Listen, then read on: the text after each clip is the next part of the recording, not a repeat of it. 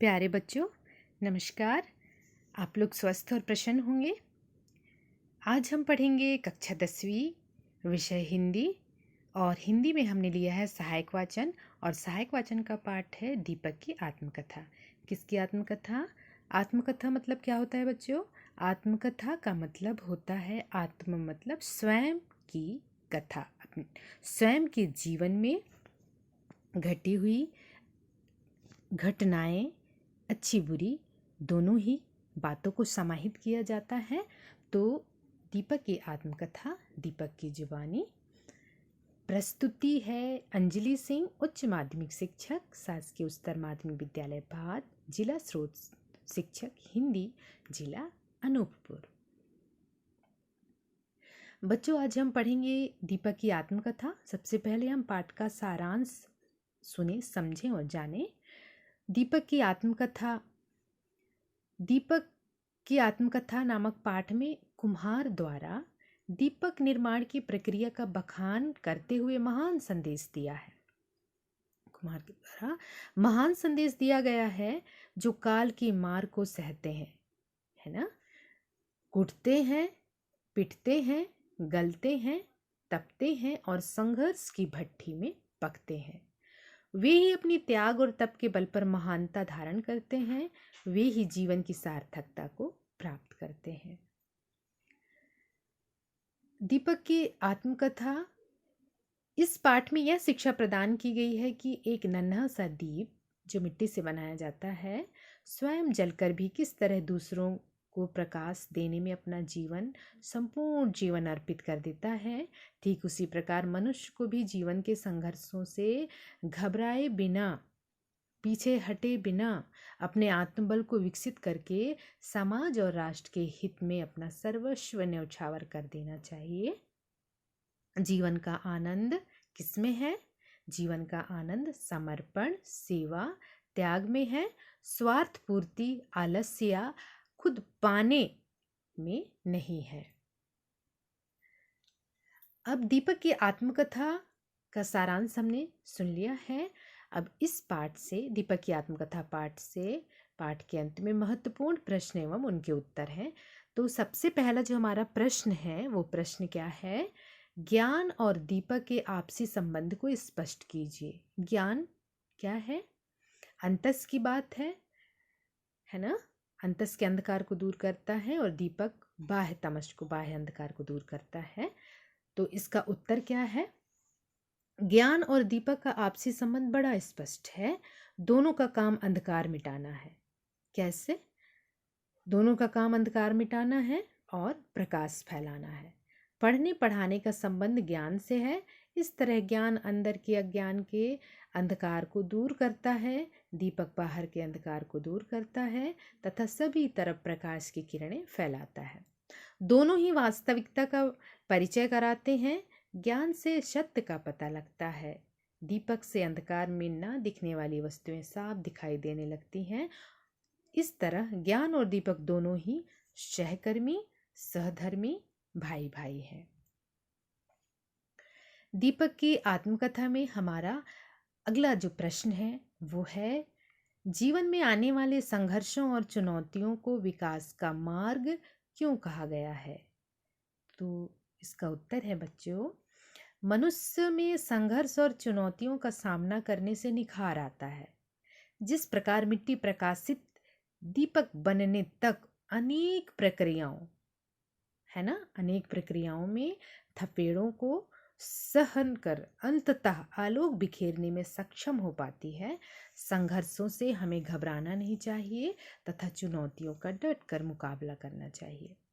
तरक्की एवं विकास का रास्ता संघर्ष एवं चुनौतियों के बीच से गुजरता है।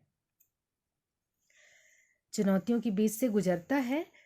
अब हमारा अगला प्रश्न है, तीसरा प्रश्न है, दीपक से मानव जीवन की तुलना किस रूप में की गई है?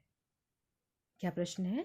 दीपक से मानव जीवन की तुलना किस रूप में की गई है? तो इसका उत्तर है, दीपक पृथ्वी से उसको अलग किया जाता है ना। दीपक कटकर,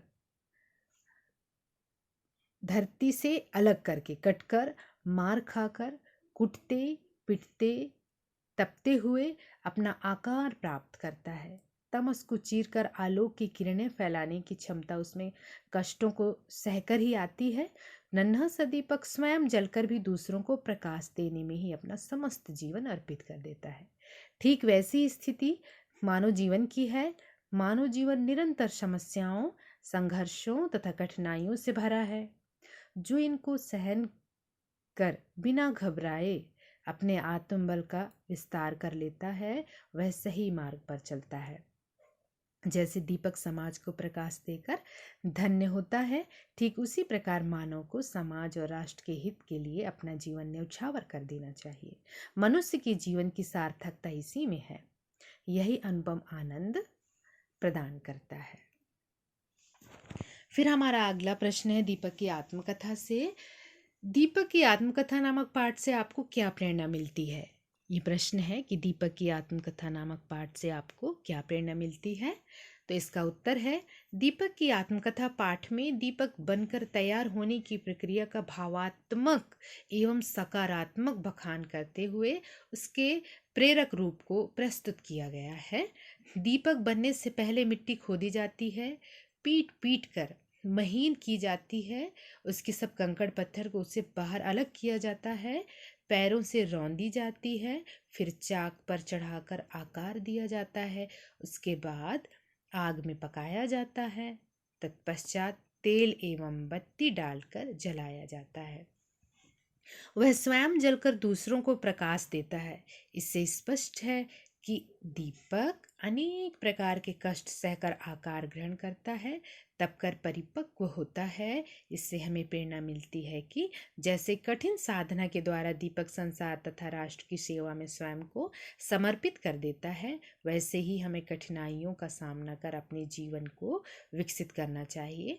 हमें समाज और राष्ट्र के हितकारी कार्यों में लगकर अपने जीवन को सार्थक बनाना चाहिए। सेवा में बड़ा आनंद मिलता है, परोपकार में बड़ा आनंद मिलता है।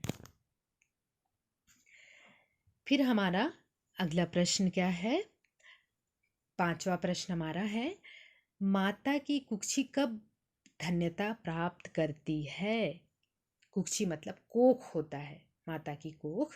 माता की कुक्षी कब धन्यता को प्राप्त करती है? तो इसका उत्तर है, माँ बच्चे को जन्म देती है। बच्चा जब सन्मार्ग पर चलकर अपनी तपस्या से महानता को प्राप्त कर समाज तथा राष्ट्र की सेवा करता है, तब माँ की कुक्षी धन्यता को प्राप्त करती है। बुरे कर्म करने वाले चोर, उचक्के, अपराधी, अनाचारी, दुराचारी अपनी माँ की कुक्षी को बदनाम करते हैं। उनके बुरे कर्मों से कुक्षी लज्जित होती है। दूसरी ओर कष्टों और संघर्षों को सहन कर जन सेवा करने वालों की जननी गौरव का अनुभव करती है। समाज और राष्ट्र को अपना सर्वस्व अर्पित करने वालों की माता की कुक्षी धन्यता को प्राप्त करती है। बहुत अच्छा उत्तर है बच्चों। ये क्या है कि कष्टों और संघर्षों को सहन कर जन सेवा करने वालों की जननी, जन्म देने वाली माता गौरव का अनुभव करती है। समाज और राष्ट्र को अपना सर्वस्व अर्पित करने वालों की माता की कुक्षी धन्यता को प्राप्त करती है। इस तरह से हमारा अगला प्रश्न है, दीपक ने अपने आप को सच्चा दीप कैसे सिद्ध किया? क्या प्रश्न है? दीप ने अपने आप को सच्चा दीप कैसे सिद्ध किया? तो क्या है इसका उत्तर? समय के थपेड़ों को सहन कर भी कठिन संघर्षों का सामना करके दीप ने चुनौतियों को स्वीकार किया। उसने अपने आप को सच्चा दीप सिद्ध कर दिया था। उसके दूसरे साथी अपने आप को सच्चे दीपक नहीं सिद्ध कर सके, क्योंकि वे मार के संघर्ष को नहीं झेल सके। वो समय से पहले ही टूट गए और बिखर गए। किंतु यह दीपक संघर्ष से नहीं घबराया। इसने कठिनाइयों का वीरतापूर्वक सामना किया और उन पर विजय प्राप्त की। इस तरह उसने अपने आप को सच्चा दीपक सिद्ध कर दिखाया। उसने अपना जीवन सार्थक कर लिया। फिर हमारा अगला प्रश्न है, मानव जीवन को सार्थकता कैसे प्राप्त होती है? क्या प्रश्न है? मानव जीवन को सार्थकता कैसे प्राप्त होती है? तो इसका उत्तर है, मानव जीवन का उद्देश्य परमार्थ के माध्यम से परम पद की प्राप्ति होना चाहिए। परमार्थी दीपक के समान मनुष्य का जीवन होना चाहिए। जीवन की सार्थकता के समान मनुष्य का जीवन होना चाहिए। जीवन की सार्थकता भी इसी में है ना?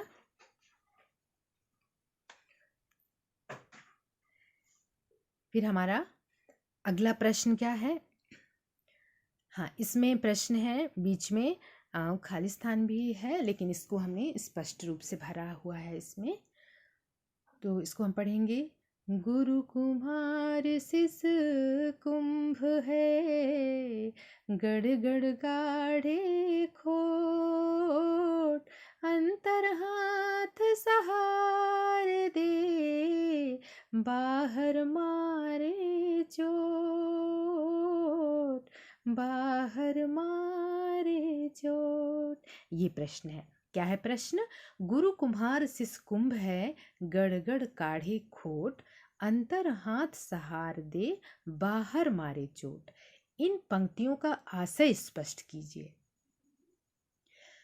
तो इसका उत्तर है बच्चों, ये पंक्तियां महाकवि कबीरदास जी की हैं, है ना?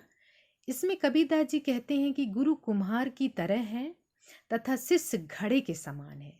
क्या है? कबीरदास जी ने कहा है कि गुरु किसके समान है? उस कुम्हार के समान है जो दीपक बनाने से पहले उन मिट्टी के सारे कंकड़ पत्थर मतलब हर बुराई को उससे निकाल देता है ना? तथा शिष्य घड़े के समान है, जैसे कुम्हार घड़े को बनाते समय अंदर से हाथ का सहारा लगाता है, मतलब आत्मीयता रहती है, और बाहर से चोट मारकर उसे ठीक करता है। उसी प्रकार गुरु भी शिष्य के वास्तविक हित का ध्यान रखकर शिष्य को प्रताड़ित करता है और उसे सच्ची शिक्षा प्रदान करता है।